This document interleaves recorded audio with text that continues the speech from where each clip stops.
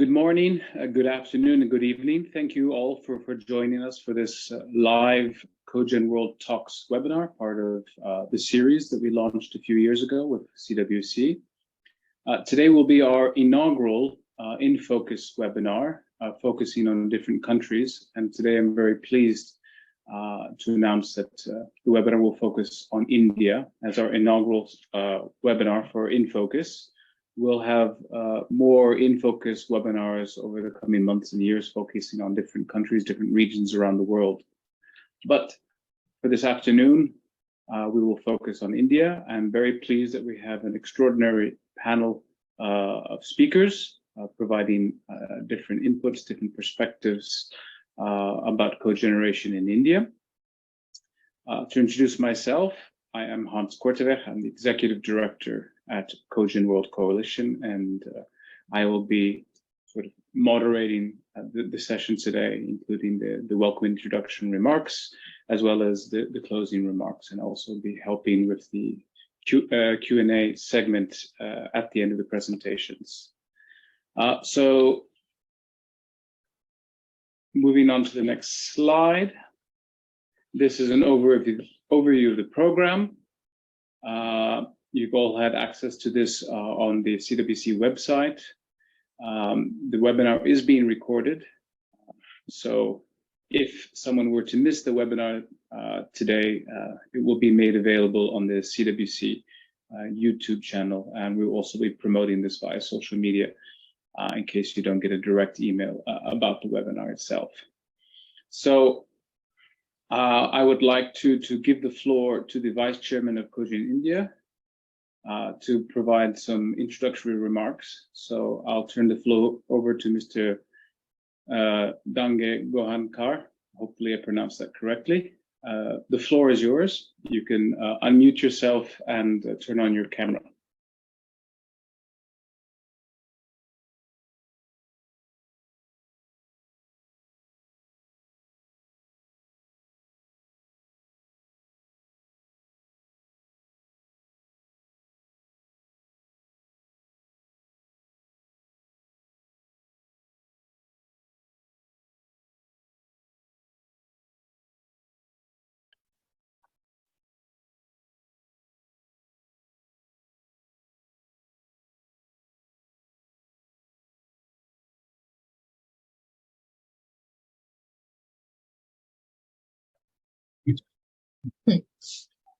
Good evening.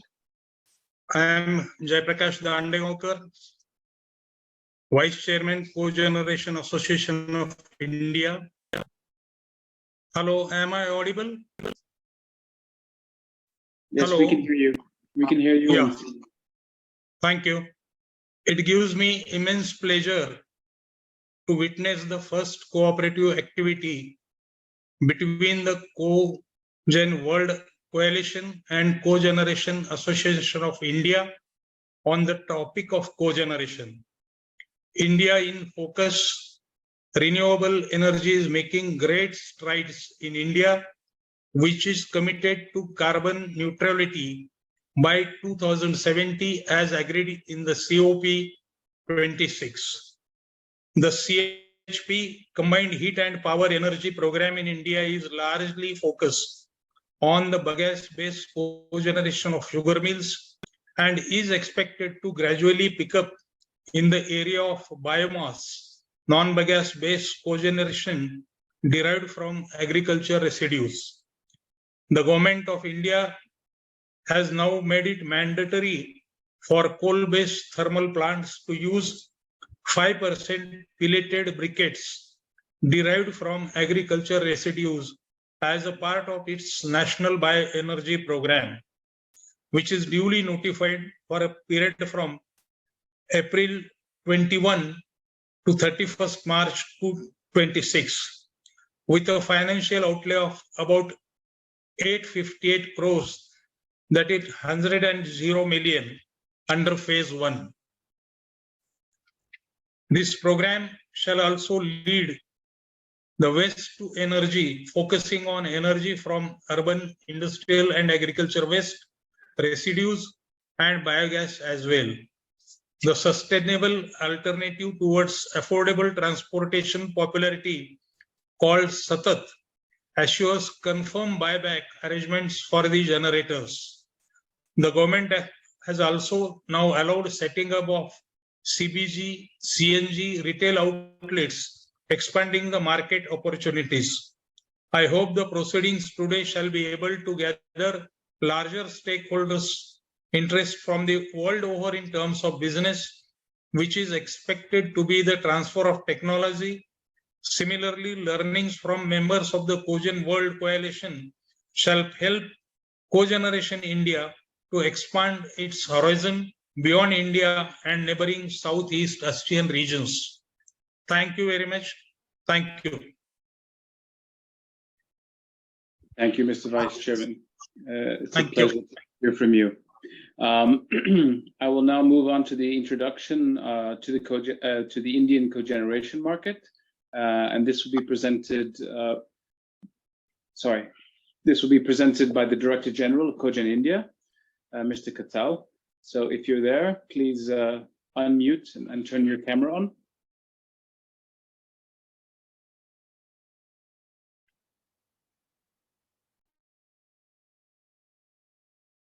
Yeah. Am I visible? Yes, we can hear you. Am I visible and audible? Yes. Mr. Hans, am I visible and audible? Can I start? Yes, you can start. We can see and hear you. Great. Good morning, good afternoon, and good evening to the COGEN World Coalition President, Executive Director, the panelists from India, as well as the 46 participants who have joined us in this program. At the outset, I thank Mr. Thomas Smith, the President of the Cogeneration World Coalition, as well as Mr. Hans Korteweg, Executive Director, for partnering with the Cogeneration Association of India and starting the first initiative with India in Focus. So thank you for that. I will now share my screen for the small presentation that I have before you.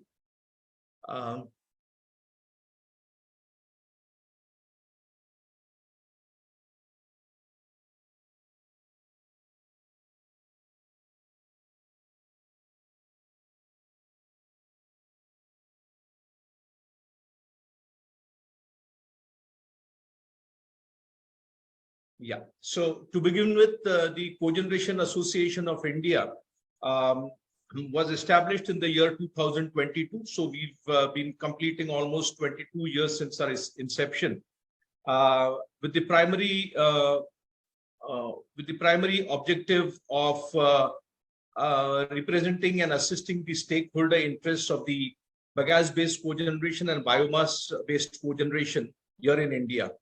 The CHP component, in fact, also involves the waste to energy program, but that program is yet to catch up in India. So in the CHP area, what we have been primarily seeing is a good amount of development in the bagasse-based cogeneration, and the biomass cogeneration is slowly picking up.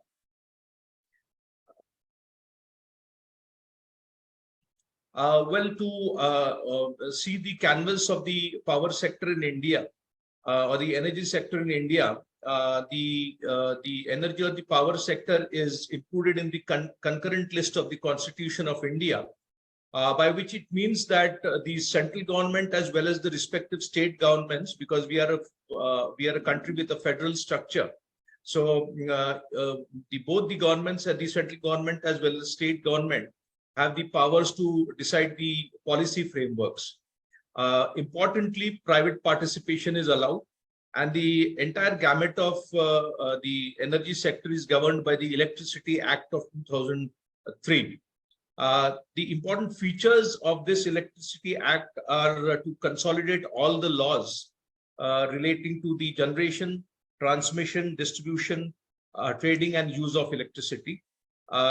Very importantly, promoting competition, a very paramount interest of ensuring consumer interest is also duly protected, and last but not the least, is the rationalization of the electricity tariff, which in fact has been a big botheration for the generators of late in India, particularly in the cogeneration sector, given the competitive system of bidding that has been now introduced. In India, we have the Independent Ministry of Power and the Ministry of New and Renewable Energy.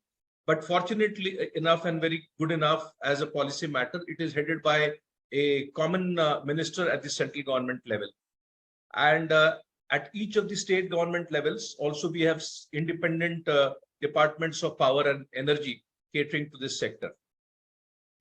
If we see the canvas of the power, the installed capacity here in India at the central sector, meaning thereby the capex which has been done by the central government of India, is 99 gigawatt, which represents almost 25% of the power contribution. The state sector is 105 gigawatts at 26%.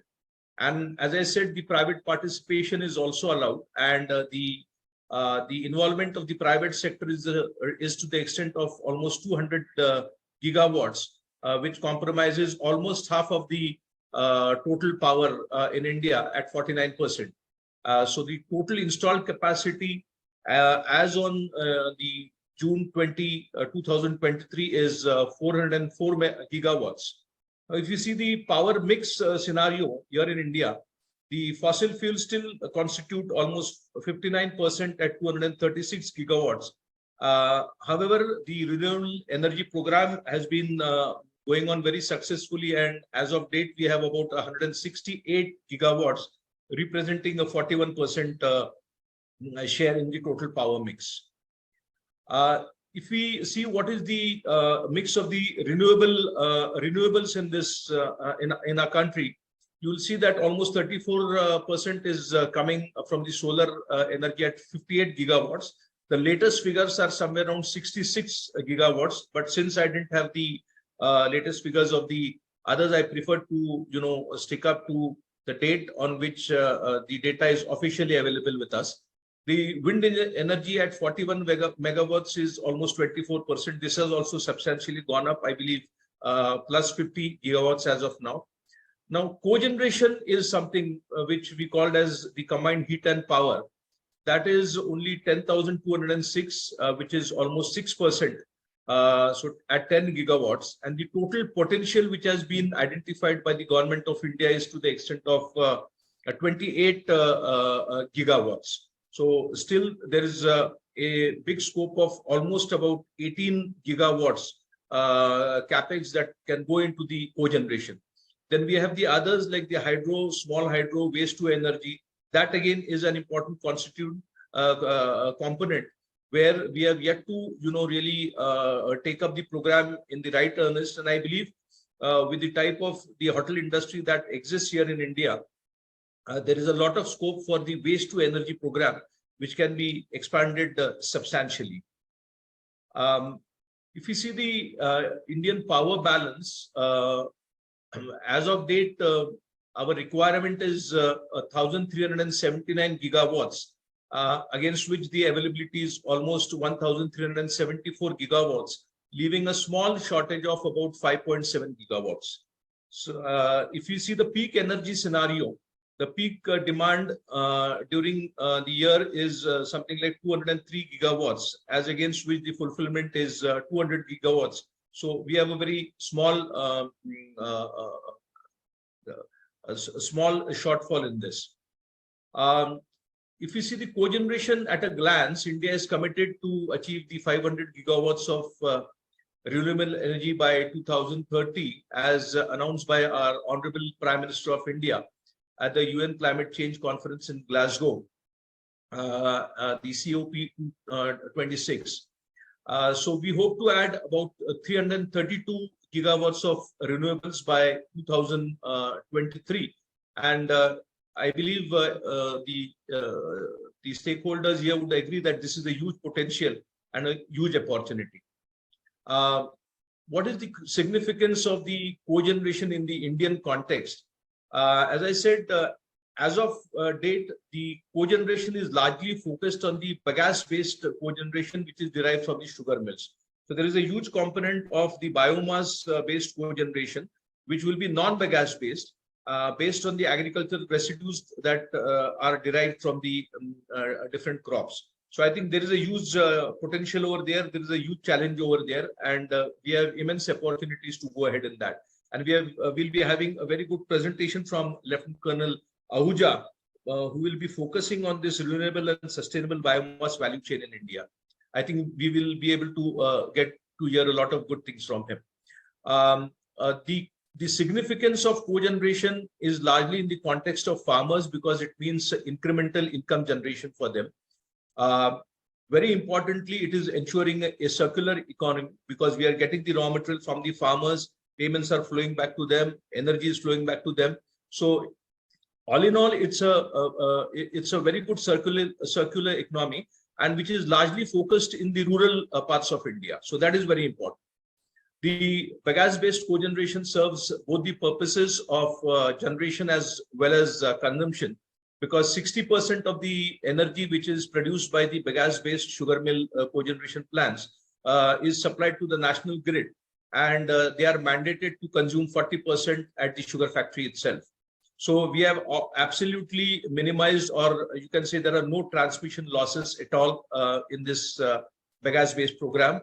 And similarly, it would happen for the biomass-based program also. If you see the revenue generation, it is to the extent of about 148 billion US dollars. So that's a huge sum which is flowing in the entire circular economy of this sector. As I said, we still have a potential of about 18 gigawatts, which is available for the capex, and it would be great to see how stakeholders get interested in this sector and they become a part and parcel of this entire program. There is a significant reduction in the carbon footprint to the extent of 19,500 metric tons purely through the CHP program. COGEN activities in brief, as I said, we were established in the year 2023, and we've been trying to bring all the stakeholders together.